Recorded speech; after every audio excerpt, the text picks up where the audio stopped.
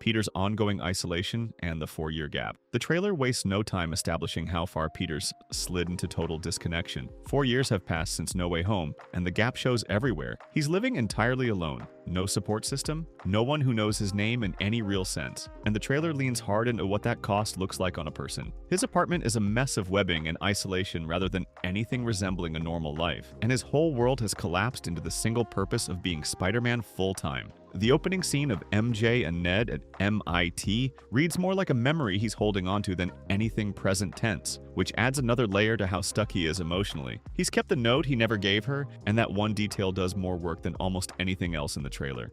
4 years of protecting a city that doesn't know your face while carrying around a letter you never delivered tells you exactly where his head is at. The isolation isn't just circumstantial, it's something he chose and keeps choosing.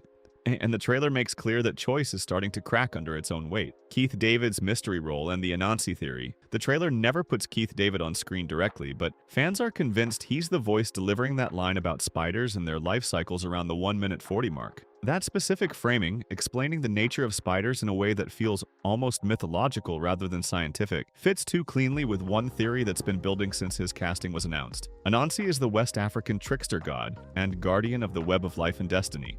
And he also holds the title of the first Spider-Man in the comics. His role is fundamentally about knowledge, guidance, and protecting the deeper meaning behind what the spider totem represents. That makes him a natural mentor figure for a version of Peter who's undergoing a biological transformation he can't explain through conventional science alone. Banner covers the medical side of things, but Anansi operating somewhere in the background as a cosmic-level presence would answer a completely different set of questions. The careful way his casting was announced without any character details, and the continued silence about what he's actually doing in the film, suggests they're treating his identity as a reveal worth protecting. If it is Anansi, his appearance also starts pulling the thread that connects Peter's mutation to something much older and more intentional than a random biological shift. MJ figuring it out on her own. The trailer plants just enough doubt about MJ's awareness to make the whole dynamic feel unstable in an interesting way. She clearly doesn't have her memories. Emma Nasfandi is confirmed as her new boyfriend named Paul, and her life has moved forward in ways that look genuinely settled. But the trailer keeps returning to her reactions when she's near Peter, and they don't read as fully neutral. There's that moment near the end where she drops a line about the friendly neighborhood someone,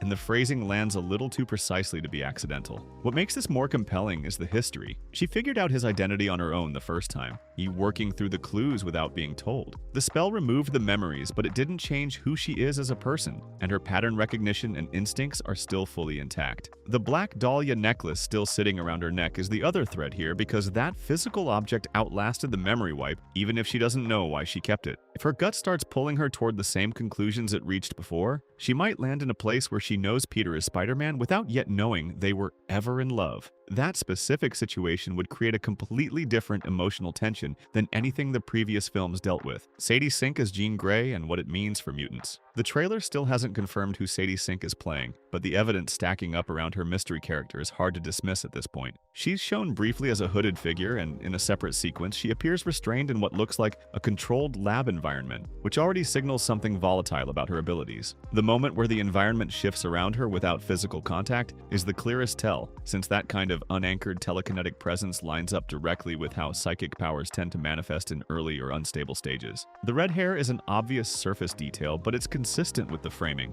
More important is the broader context of the film, actively discussing mutation and enhanced humans in the same breath. With a government classification system tracking threat levels and a story that seems to be building toward questions about where mutants fit into this world. Jean Grey appearing here, possibly restrained by some government or scientific program trying to study or contain her abilities, would be a significant step toward establishing the X-Men in the MCU without making it the entire point of the story. Her presence staying hidden in the marketing also suggests they see the reveal as something worth protecting, which means it probably lands as a bigger moment in the actual film than a simple cameo. The Punisher dynamic and what it cost Peter. Frank Castle showing up in a proper MCU film is already a significant shift, but the trailer frames his relationship with Peter in a way that suggests it's not just a fun team-up. The first interaction feels confrontational, with Castle treating Spider-Man less like a colleague and more like someone who keeps getting in the way. That tension is a classic setup from the comics, where their methods are so different that working together becomes a negotiation over how far Peter is willing to bend. The scene where Peter webs Frank's mouth shut lands as comedy, but it's also doing something more pointed, showing Peter actively managing someone whose instincts would go much darker without interference. What makes this interesting is the timing. Peter is already dealing with a body that's shifting in ways he can't control, and his usual restraint is presumably under more pressure than normal. Castle pushes against that restraint by default. He doesn't operate in the space where Peter usually lives, and their dynamic seems designed to force Peter into making calls he'd normally avoid entirely. Banner is trying to help him understand what's changing, but Castle is the one putting him in situations where understanding it isn't enough and acting on it immediately becomes the only option. That split between knowledge and application is where the real friction in their relationship seems to live. Scorpion's long overdue arrival. The setup for Scorpion has been sitting in the MCU since Homecoming's end credits in 2017, and the trailer finally pays it off with Michael Mando back in full armor, and that mechanical tail landing exactly how it should. 9 years of waiting is a long runway for any villain, and the trailer treats the payoff seriously rather than as a throwaway moment. His physical presence in the fight sequences pushes the stakes into a heavier tier than Peter usually operates in, and the armor design looks like a real upgrade over whatever that credit scene was hinting at. What makes his inclusion more layered is the timing against everything else happening in the film. Peter is already juggling a biological transformation, a fractured emotional situation with MJ, an alliance with the Punisher that constantly risks going sideways, and now a villain whose strength and tech sit in a completely different weight class than Boomerang, or even Tarantula. Scorpion arriving in the middle of all that doesn't feel coincidental. The trailer suggests multiple threats are operating at the same time, which means Peter can't address one cleanly before the next one escalates. Scorpion's presence specifically raises the question of whether someone is organizing these threats, or if the city just happens to be producing a critical mass of dangerous people at exactly the wrong moment. The Hand's connection to Peter's rebirth arc. The Hand showing up in Brand New Day is interesting on its own, but the trailer uses them in a way that adds a thematic layer beyond just ninjas as obstacles. The scene where they're closing in on an unmasked Spider-Man in what looks like a prison environment is framed right alongside the word rebirth appearing in the sequence. That's not accidental. In the comics, the Hand worships a demonic entity called the Beast, whose domain is specifically death and rebirth. Putting them in proximity to a storyline where Peter is literally going through a physical transformation and emerging from a web cocoon creates a parallel that the film seems to be building deliberately. They're not just an assassin group hired by a crime boss, they're connected to a mythology about transformation, and what comes back changed on the other side of it. Their appearance also ties directly back into the Daredevil corner of the MCU, and Sabrina Guevara reprising her role as Sheila Rivera from Born Again confirms these stories are running in the same continuity. The Hand operating with enough access and coordination to attack someone inside a prison suggests resources and reach that go well beyond street-level threats, which makes them a very different kind of problem than what Tombstone or Scorpion represent. The government classification system and the mutant question. The trailer includes a brief but important shot of what looks like a government data readout classifying Spider-Man as an enhanced human with an associated threat level. All that framing slots directly into a thread the MCU has been quietly building for a while, running through Damage Control's expansion in Ms. Marvel and the broader political machinery around powered individuals. What makes this moment specifically significant is the language. Enhanced human is a deliberate term the MCU uses to categorize people like the Winter Soldier, and placing Spider-Man in that system while he's actively mutating suggests the government is paying attention to his physical change in real time. The threat level component raises the question of whether that classification shifts as his transformation progresses, and whether Damage Control or a similar agency ends up being a secondary problem on top of everything else Peter is already managing. The larger implication is that this classification infrastructure is being set up to eventually handle the question of mutants at a scale that requires a real policy response. Peter undergoing a mutation while the government is actively tracking and rating enhanced humans puts him in a position where his biological situation has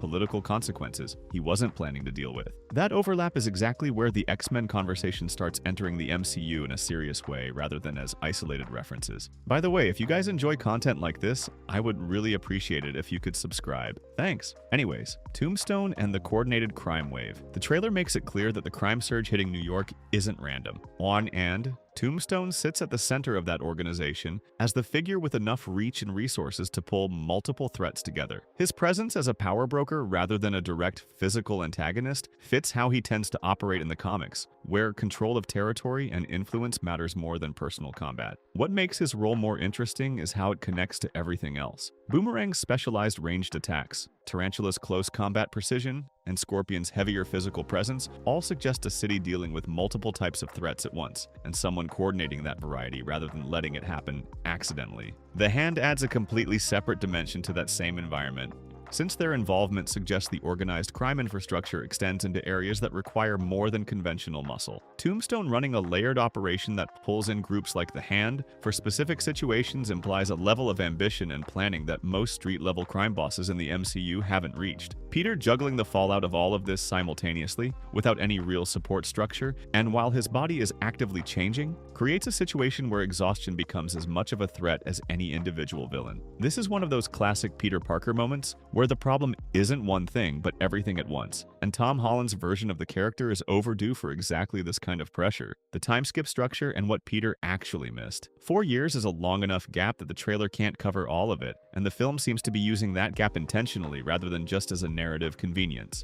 The opening beat with MJ and Ned at MIT works as either a flashback or a memory Peter keeps returning to, and either option says something important about where he's stuck emotionally. He made a choice at the end of No Way Home that he's been living with for 4 years, and the note he never delivered is still in his possession, which means he's been carrying the weight of that decision the entire time without resolving it. What the trailer doesn't show is what those 4 years actually looked like day to day, and that absence is doing work. He's developed a physical mutation significant enough to require Bruce Banner's involvement, which suggests something has been building in his biology across that entire period, rather than just starting now. His apartment being overwhelmed with uncontrolled webbing implies the transformation has been progressing gradually, and the cocoon moment represents a threshold being crossed rather than a sudden onset. That timeline matters because it reframes the mutation as something that's been quietly developing while Peter was focused entirely on the external work of being Spider-Man, and only now becoming impossible to ignore.